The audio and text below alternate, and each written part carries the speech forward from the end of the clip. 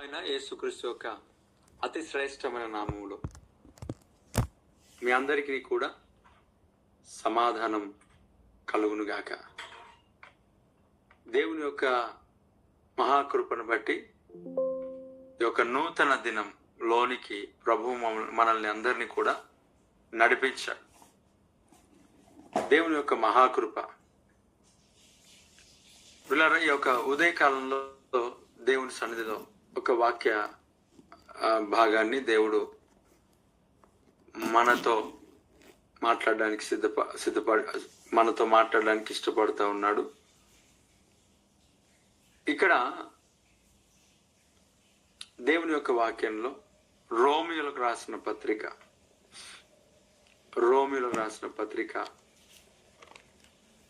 16వ అధ్యాయము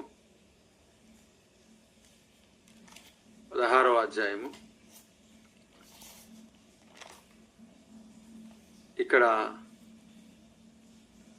20వ వచనాన్ని నేను చదువుతున్నాను.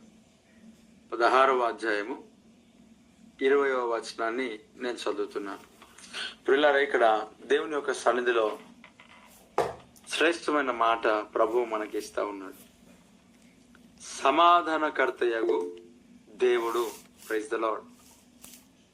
మొట్టమొదట మన ప్రభు అయిన యేసుక్రీస్తు సమాధానకర్త. ఆయన షాలేము రాజుగా ఉన్నాడు. సమాధానంనిచ్చే దేవుడు, శాంతినిచ్చే దేవుడు, సమాధానకర్త. పిల్లరా, అనేక మంది జీవితాల్లో సమాధానం లేకుండా ఉంటూ ఉంటారు. చాలా మంది జీవితంలో సమాధానం అనేది కోల్పోతా ఉన్నారు. ఈ ఉదయకాల సమయంలో ప్రభు మనకు సమాధానం ఇచ్చేవాడుగా ఉన్నాడు. Praise the Lord. శాంతిని, సమాధానంను అనుగ్రహిస్తాడు. దేవుడిచ్చే సంతోషము, సమాధానము, శాంతి అనేది లోకంలో ఇచ్చినట్లుగా ఉండదు. దేవుడిచ్చేది ప్రత్యేకమైనది. ఆయన సమాధానకర్త యగు దేవుడు, అంటే సమాధానమునకే ఆయన కర్త. చాలా మంది జీవితాల్లో సమాధానాన్ని కోల్పోయి ఉన్నారు. కొన్ని సందర్భాల్లో కొంతమంది దేవుని సన్నిధిలో సేవకుల ద్వారా కూడా సమాధానాన్ని కోల్పోయిన వారు ఉన్నారు. సంఘములో సమాధానాన్ని కోల్పోయిన వారు ఉన్నారు. ఎందుకు అనంటే సేవకులే కొంతమందికి దిశ నిర్దేశాలు చేసేవారే సరి అయిన స్థితిలో వారు లేనప్పుడు ఖచ్చితంగా సమాధానాన్ని కోల్పోతారు కదా. ఇక్కడ వాక్యం చెప్తా ఉంటుంటది, సమాధానపరచు వారు ధన్యులు, వారు దేవుని కుమారులు అనబడతారు.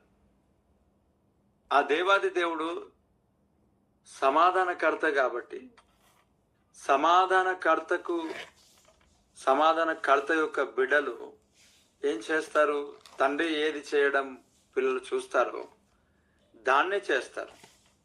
కానీ అనేకులు సమాధాన పరుస్తలేరు, కీడును రేపుతా ఉన్నారు, అనేక లోక సంబంధమైన విషయాలు చెప్పి చెదరగొడుతూ ఉన్నారు.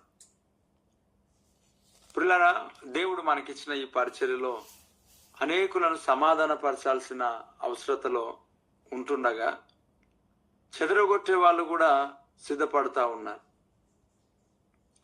రీసెంట్గా అనేక సందర్భాల్లో ఈ చెదరగొట్టే బ్యాచ్ని ఎదుర్కోవాల్సి వస్తూ ఉంది. సంఘానికి వచ్చే వారిని చెదరగొడతా ఉన్నారు. వాక్యం చెప్తా ఉన్నది, నాతో కలిసి సమకూర్చని వాడు నా వాడు కాదు, ప్రభుకు చెందినవాడు కాదు. సమకూర్చాలా, సమాధానపరిచేవారు ధన్యులు, వారు దేవుని కుమారులు అనబడతారు. సంఘానికి వచ్చేవారు ఇబ్బందికరమైన పరిస్థితిలో ఉన్నప్పుడు వారిని సమాధానపరచడం మన బాధ్యత. ఎందుకంటే మన తండ్రి సమాధానపరిచే దేవుడు కదా. తండ్రి ఏది చేయడం కుమారుడు చూస్తాడో అదే కుమారుడు కూడా చేస్తాడు. అంటే మనం చేయట్లేదు అని అంటే తండ్రి ఏం చేస్తున్నాడు అనేది మనకు తెలియదు అనమాట. అంటే తండ్రి ఏది చేస్తున్నాడో తెలిస్తే కుమారులు అదే చేస్తారు కదా. తండ్రి ఏం చేస్తున్నాడు అని మనకు తెలియాలంటే మరి తండ్రితో మనం గడపాలి కదా. మరి తండ్రితో గడిపితే కదా ఆయన ఎలా నడుచుకుంటున్నాడు, ఎలా వెళ్తున్నాడు అనేది అర్థమయ్యేది. మరి ఆ ప్రభుతో నడవని వారు ఎంతమంది ఉన్నారు అంటే చాలా మంది ఉన్నారు. అందుకే దేవునికి సంబంధించిన మాటలు అనేకులు మాట్లాడరు, వారి సొంత మాటలు మాట్లాడుతూ ఉంటారు. తర్వాత చెప్తా ఉన్నాడు ప్రియులారా, కొంతమంది ప్రవచనాల ద్వారా కూడా అసమాధానంను ప్రకటిస్తూ ఉన్నారు.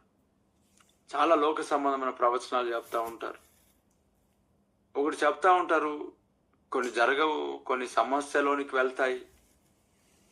కొన్ని ప్రవచనాల ద్వారా కొంతమంది దేవుని బిడ్డలు, దేవుని సంఘ బిడ్డలే, దేవుని ప్రజలే సమాధానాన్ని కోల్పోతున్నారు. కొన్ని సందర్భాల్లో మన దగ్గర కొంతమంది కొన్ని రకాలుగా ప్రవచనాలు చెప్తా ఉంటారు. మీ ఇంట్లో వచ్చి ప్రార్థన పెట్టాలా, మీ ఇంట్లో వస్తే దయ్యాలు వెళ్ళిపోతాయి.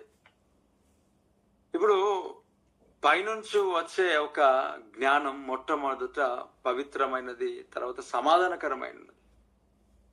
సమాధానం అనేది సేవకుల ద్వారా, సంఘములో దేవుని వాక్యం ద్వారా నీకు కలగట్లేదు అని అంటే అది దేవుడి నుంచి వచ్చింది కాదు కదా. ఒకవేళ పాపం చేయడం బట్టి సమాధానం రాకపోతే అది వేరే విషయం. మరి ఏం చెప్తా ఉన్నారు లోకంలో అని అంటే, ప్రియులారా, క్రీస్తుని గురించిన సువార్తను మానేసినారు. క్రీస్తుని గురించిన సువార్తను పక్కన పెట్టి వారి గురించి సెల్ఫ్ డబ్బు కొట్టడం ప్రారంభించారు. లోక సంబంధమైన, శరీర సంబంధమైన వాటిపైన మనసు వెళ్ళేటట్లుగా అనేక మంది ప్రారంభించారు. మొట్టమొదట దేవుని యొక్క నామం, ఆయన చెప్తున్న విషయం ఏమంటే సమాధానకర్తయగు దేవుడు. ఫస్ట్ ఆయన సమాధానంను సృష్టిస్తాడు. అంటే సమాధానం సృష్టించిన వ్యక్తి, సృష్టికర్త. నీ జీవితంలో సమాధానాన్ని కోల్పోయిన దినం అంటే సమాధానంకే సృష్టికర్త అయిన ఆ దేవాది దేవుడు నీకు సమాధానం ఇవ్వగలడు. ఆయన సమాధానం కోల్పోయినావా, ప్రభు సన్నిధిలో మోకరించు. ఈ ఉదయకాల సమయంలో ప్రభువు నీకు సమాధానం అనుగ్రహిస్తున్నాడు. కోల్పోయిన సమాధానం మరలా నీ జీవితంలో దేవాది దేవుడు అనుగ్రహిస్తున్నాడు. పిల్లారా, సమాధానకర్త ఆయన మనకు సమాధానంతో నింపుతా ఉన్నాడు. Praise the Lord. సమాధానం అనేది చాలా గొప్ప గిఫ్ట్. అది రెండవదిగా ఇక్కడ చెప్తా ఉన్నాడు, సమాధానకర్తయగు దేవుడు సాతానును మీ కాళ్ళ క్రింద శీఘ్రముగా చిత్తక త్రొక్కించును. ఆమేన్. Praise the Lord. Life time promise.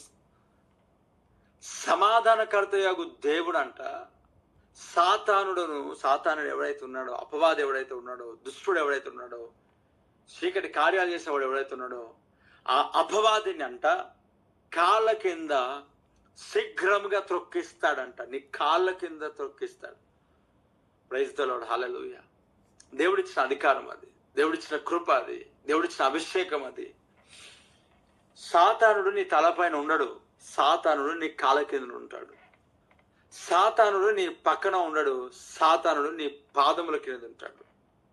అది దేవుడు నీకు ఇచ్చిన అథారిటీ, దేవుడు నీకు ఇచ్చిన అధికారము. Praise the Lord. అపవాదిని శీఘ్రంగా నీ కాళ్ళ క్రింద తొక్కిస్తున్నాడు ఆయన. నీ పాదముల క్రిందట ఆ శత్రువు అయిన సాతాను గెలవని దేవుని యొక్క కృప నీకు దేవాదేవుడు ఇస్తా ఉన్నాడు. Praise the Lord. కాళ్ళ క్రింద ఉంటాడు వాడు, కాళ్ళ క్రిందనే ఉంటాడు వాడు. సర్పం కొయ్యి కలిగింది కదా, మనం ఎక్కడ తొక్కుతామంట? మొహం పైన, మూతి పైన తొక్కుతాం.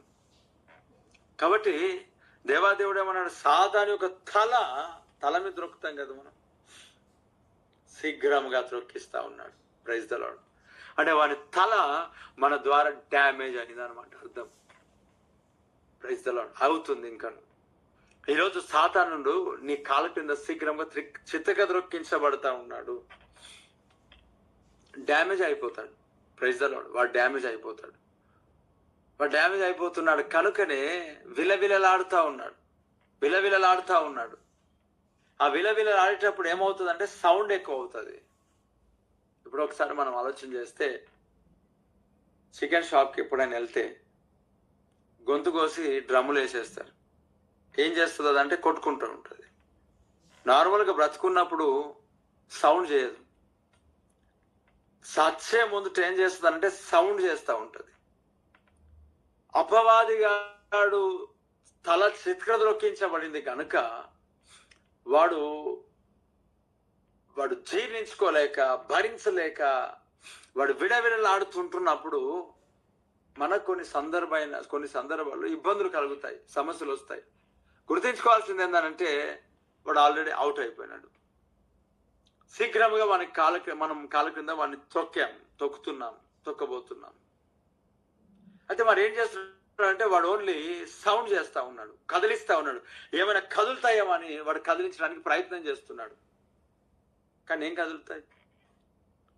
దేవుడికి స్తోత్రం. ఏం కదలవు. దేవుడు మనకు తోడున్నాడు. శీఘ్రముగా సాతానుడు నీ కాళ్ళ కింద చుట్టుగా దొరికించబడుతున్నాడు. అంతే. దేవుని సన్నిధిలో ప్రియులారా, నీకు దేవుడు అధికారం ఇచ్చాడు, అభిషేకం ఇచ్చాడు. అపవాది అనేవాడు నీ పాదముల కింద చితుకు దొరికించబడతా ఉన్నాడు. సమాధానకర్తయాగు దేవుడు సాతానును మన పాదముల క్రింద శీఘ్రముగా వాని తలను త్రొక్కిస్తున్నాడు. ఇక్కడ అన్నాడు, సమాధానకర్తయాగు దేవుడు సాతానును మీ కాళ్ళ క్రింద శీఘ్రముగా చితుక ద్రొక్కించును. దేవునికి స్తోత్రం. సో వాడు నీ పట్ల, నీ పైన వాడికి జయం అనేది లేదు.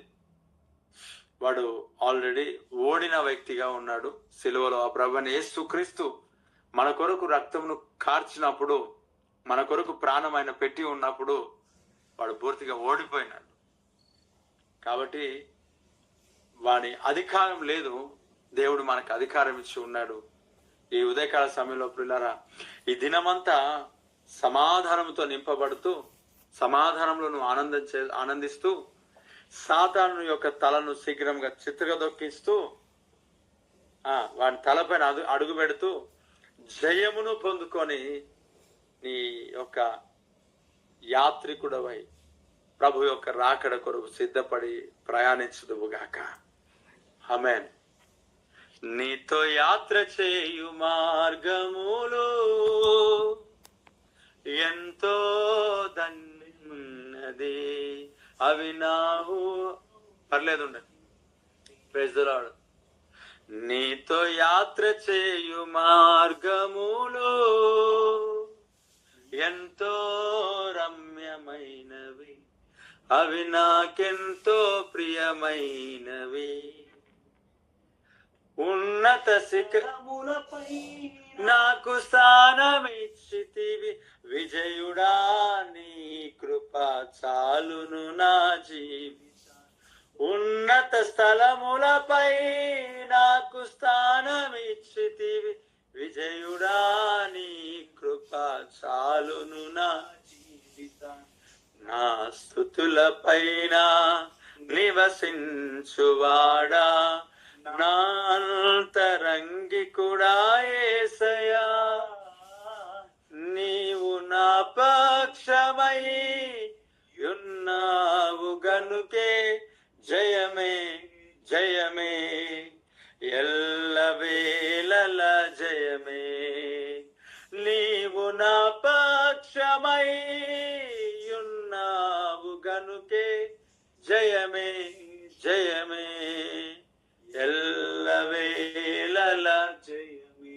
Amen amen amen. ప్రియ దేవుని బిడ్డలారా, దేవుడు నీ కాళ్ళ క్రింద శీఘ్రంగా సాతాను చిత్రదొక్కించాడు. ఆమెన్. కళ్ళు మూసుకుందాం, ప్రార్థన చేద్దాం. ప్రభా, ప్రతి మాట ప్రతి బిడ్డల జీవితంలో ఫలభరితంగా మార్చమని యేసు క్రీస్తు నామములో అడుగుచున్నాం తండ్రి. Amen amen. ప్రార్థన చేద్దాం.